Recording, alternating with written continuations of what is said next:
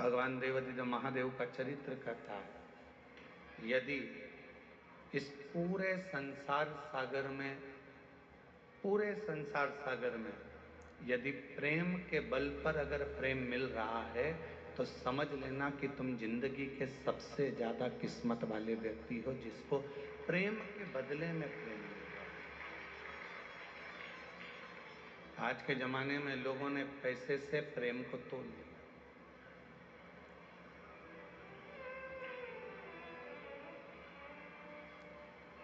हर व्यक्ति स्नेह कब करता है कि जब मुझे फायदा कहाँ से मिलेगा, मुझे कैसे प्राप्त होगा, मुझे धन कैसे मिलेगा, मुझे प्राप्ति कैसे होगी, इससे मैं क्या लाभ ले सकता हूँ, इससे मैं क्या प्राप्त कर सकता हूँ, ये वो विचार करता है।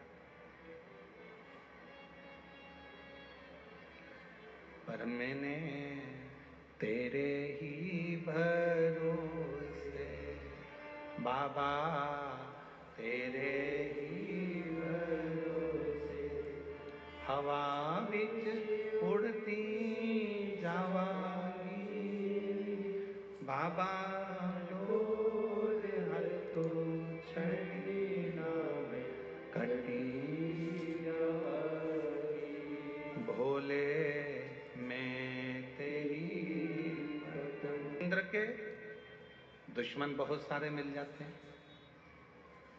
देवताओं के बहुत दुश्मन मिल जाते हैं, पर मेरे भोले बाबा का कोई दुश्मन, कोई, मेरे शंकर भगवान का कोई द्रोही नहीं। कारण क्या है?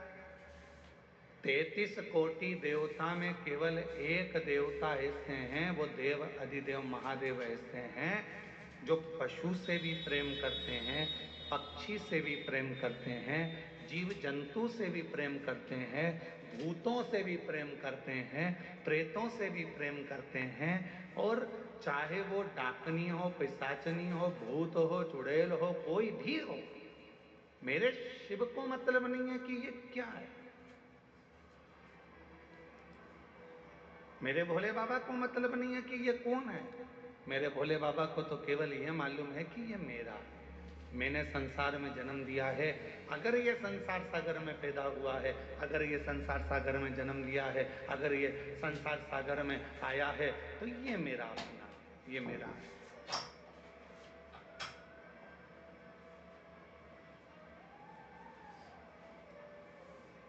फिर इसमें कोई भेद नहीं है, ये मेरा अपना है और मैं इसका, इसमें कोई भेद नहीं। शिव पुराण कह रही है, भगवान शंकर का चरित्र कर रहा है, ऐसा कोई देवता नहीं जो सर्प को भी श्रृंगार बना ले, ऐसा कोई देवता नहीं जो राख को भी, भस्म को भी अपना श्रृंगार बनाकर अपने शरीर पर धारण कर ले।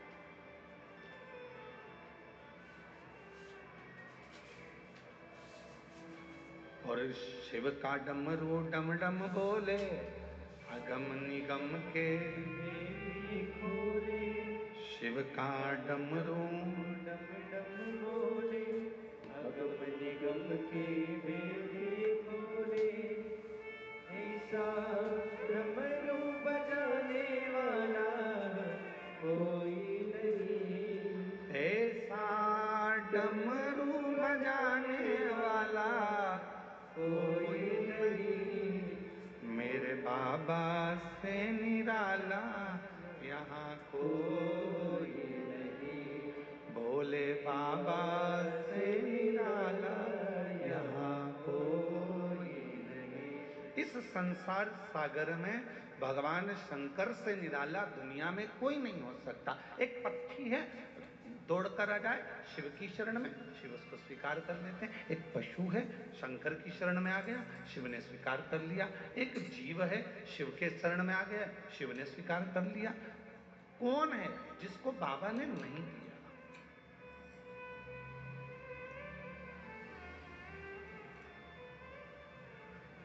एक सुंदर कथा आती है पितरों की।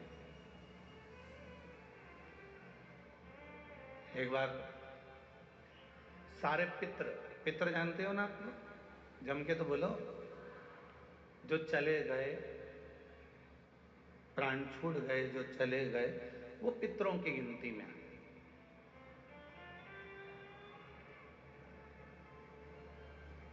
गर्भ में अगर कोई बच्चा मर गया, गर्भ से बाहर निकल कर मर गया, तो वो आहूतों की गिनती में आ गया, जो कुंवारी अवस्था में मर गए। वो कुंवारा चले गया, आहूत हो गया, कुंवारी अवस्था में चले गया। तो पितर, आहूत, ये सब भगवान देवाधिदेव महादेव के पास आ गए और भगवान शिव जी के पास आकर खड़े हो गए। शास्त्र कहता है कि 1000 वर्ष निकल गया, पितर और आहूत भगवान शंकर की सम्मुख में खड़े होकर केवल दर्शन करते रहे। उन्होंने ना कोई मंत्र जपा, ना कोई साधना करी, ना कोई व्रत करा, ना कोई उपवास करा, केवल शिव को एक टकी निहारते रहे, केवल बाबा का दर्शन करते रहे, केवल दर्शन।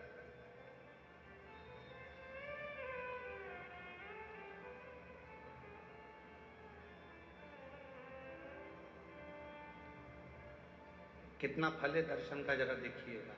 1000 वर्ष तक पितर, आहूत, ये सब शिव जी का दर्शन कर रहे हैं। 1000 वर्ष बोले कुछ नहीं है, ना मंत्र बोला, ना तप करा, ना साधना करी, केवल भगवान का दर्शन किया, खड़े रहे बस भगवान के इंतजार में। भगवान के नेत्र खुलेंगे, बाबा हमको देखेंगे, देखेंगे तब हमें वर देंगे। शिव जी 1000 वर्ष की समाधि में लीन थे।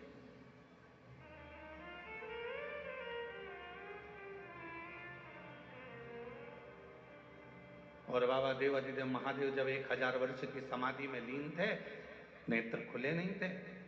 आज बाबा ने 1000 वर्ष की समाधि से अपने नेत्र को खोला और 1000 वर्ष के समाधि पर जैसे ही बाबा के नेत्र खुले, तो सबसे पहले पितर और आहूत पर भगवान की दृष्टि गई। भोलेनाथ जी का निगाह गया, बाबा ने देखा।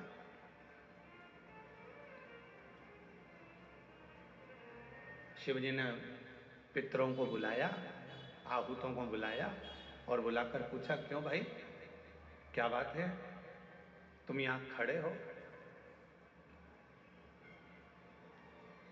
क्या बात है? बस देवाधिदेव महादेव बाबा पूछने ही वाले थे, इतनी देर में नंदी दौड़ कर आ गया।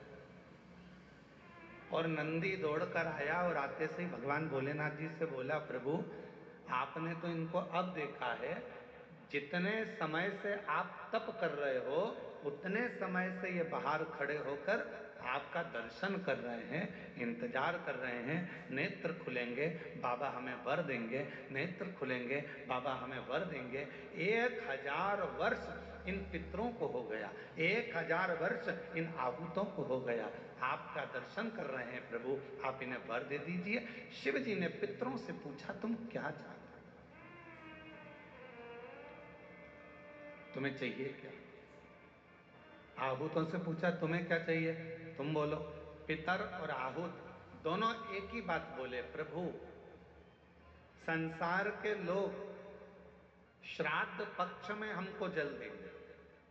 संसार के लोग जब श्राद्ध आएगा, 16 श्राद्ध 16 दिन के आएंगे, तब ब्राह्मण को भोजन कराएंगे, पिंडदान करेंगे, तर्पण करेंगे, श्राद्ध करेंगे, तर्पण में जल देंगे, तब हमको जल प्राप्त होगा, तब हमको भोजन प्राप्त होगा, तब तक हम भूखे रहेंगे। इसलिए प्रभु एक कृपा कर दो कि ऐसी कोई व्यवस्था कर दो कि घर के लोग, परिवार के लोग, कुटुंब के लोग, कोई भी प्रतिदिन या हफ्ते में एक बार कैसे भी उनके माध्यम से हमें जल प्राप्त हो जाए और हम तृप्त हो जाएं। भगवान देवाधिदेव महादेव ने वर दे दिया पितरों को, आहूतों को। क्यों चिंता करते हो? जब संसार का मनुष्य मेरे शिवलिंग पर जल चढ़ाएगा, वो जल बहकर जब नीचे की ओर आएगा और अशोक सुंदरी से स्पर्श कर कर आगे बढ़ेगा, उसी समय पर आपको वो जल प्राप्त हो जाएगा और सारे पितर और आहूत तृप्त होते चले जाए। वो जल आपको वहां प्राप्त होगा।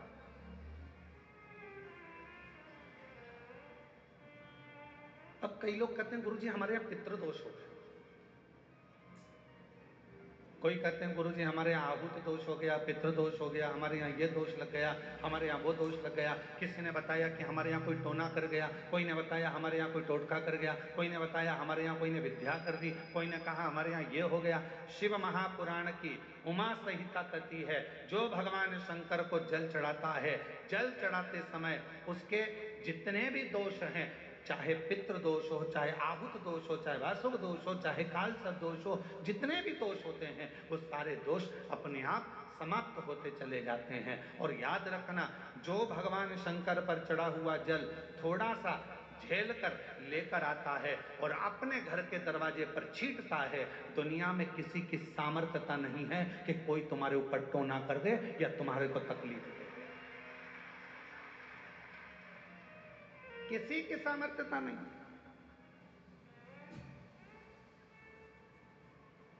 हम तो बाबा के भरोसे चलते हैं, हम तो बाबा के भरोसे चलते हैं। ये दुनिया वाले जलते हैं, ये दुनिया वाले बोलो बोलो जलते हैं। हम तो बाबा के भरोसे चलते हैं। डमरू वाले के भरोसे चलते हैं। काशी वाले के भरोसे चलते हैं। सिंहर वाले के भरोसे चलते हैं।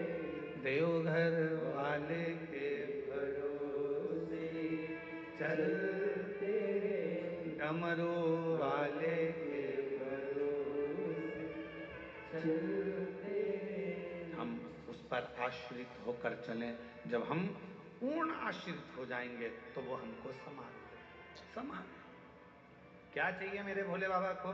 ना तो मेरे भोले बाबा को तुमसे धन चाहिए, ना मेरे भोले बाबा को तुमसे दौलत चाहिए, ना मेरे शंकर भगवान को तुमसे संपदा चाहिए, ना मेरे शंकर भगवान को तुमसे कोई प्रॉपर्टी चाहिए, ना मेरे शंकर भगवान को तुमसे कोई संपदा चाहिए। कोई तुमसे कहे कि शंकर भगवान को 1 किलो भोग रोज लगाना पड़ेगा तो समझ लेना कि बेवकूफ बना रहा।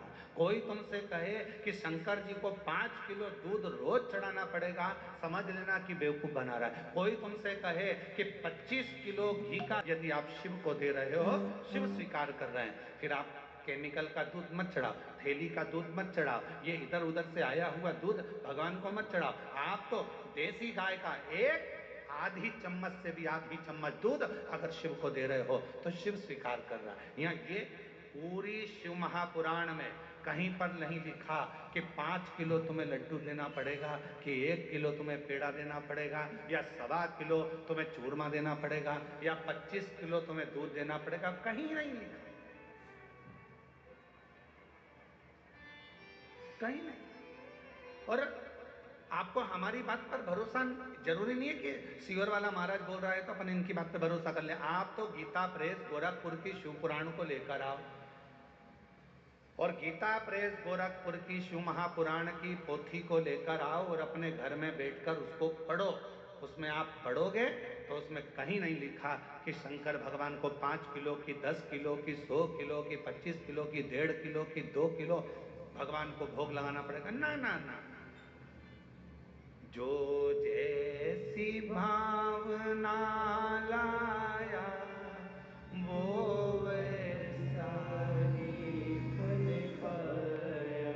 जो जैसी भावना लाया वो वैसा ही फल पाया। नहीं खाली उसे लौटाया वो मन ही मन हर्षाया। और कर दिया माला माल काशी वाले लुटा दिया भंडार काशी वाले। ओ लुटा दिया भंडार काशी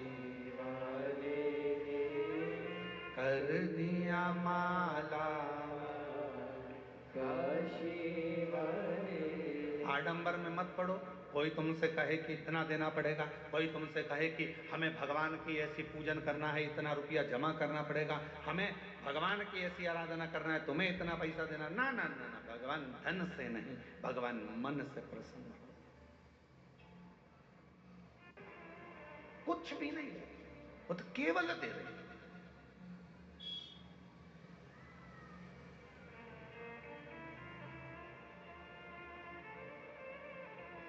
उसका काम है केवल देना ही देना।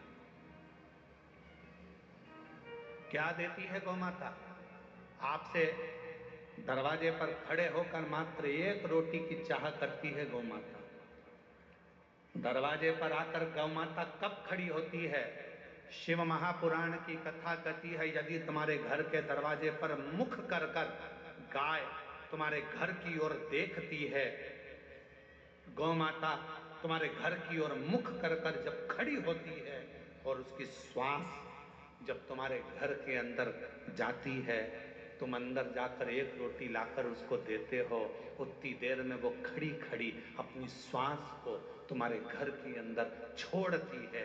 अर्थात तुम्हारे यहाँ कोई बहुत बड़ा दुख आने वाला था, तो वो गौ माता अपनी श्वास से अंदर शिव की स्तुति करती है, श्वास को छोड़कर जो दुख आने वाला है उसको निगल लेती है, और वो गौ माता एक रोटी लेकर तुम्हारे दरवाजे से चली जाती है। चलिए, आज कितना कितना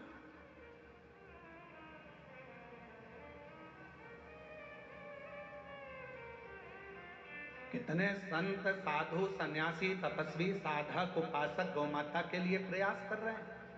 कितने कितने संत लगे हैं, कितने कितने साधु लगे हैं, कितने कितने सन्यासी लगे हैं, जो किसी ना किसी रूप में गौ माता को बचाने के लिए, गौ माता की सुरक्षा के लिए प्रयास कर रहे हैं।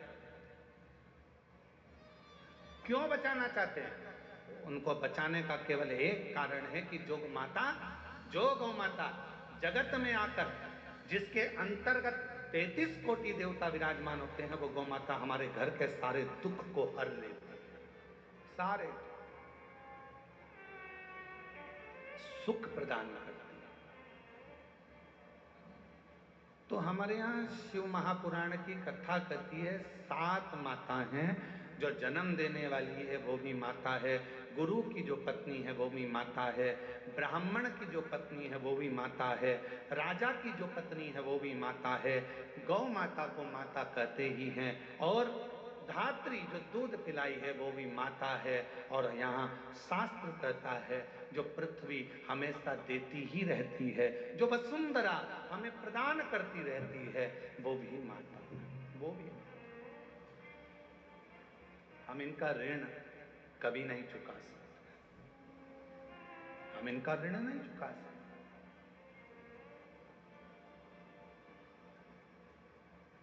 इनका ऋण चुकाने के लिए बहुत बहुत प्रयास करना पड़ेगा, बहुत प्रयास।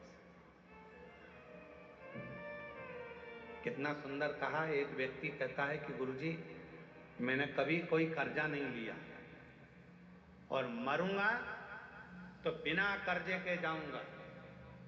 अब उसका शब्द सुना तो हमको बहुत तेज हंसी आई।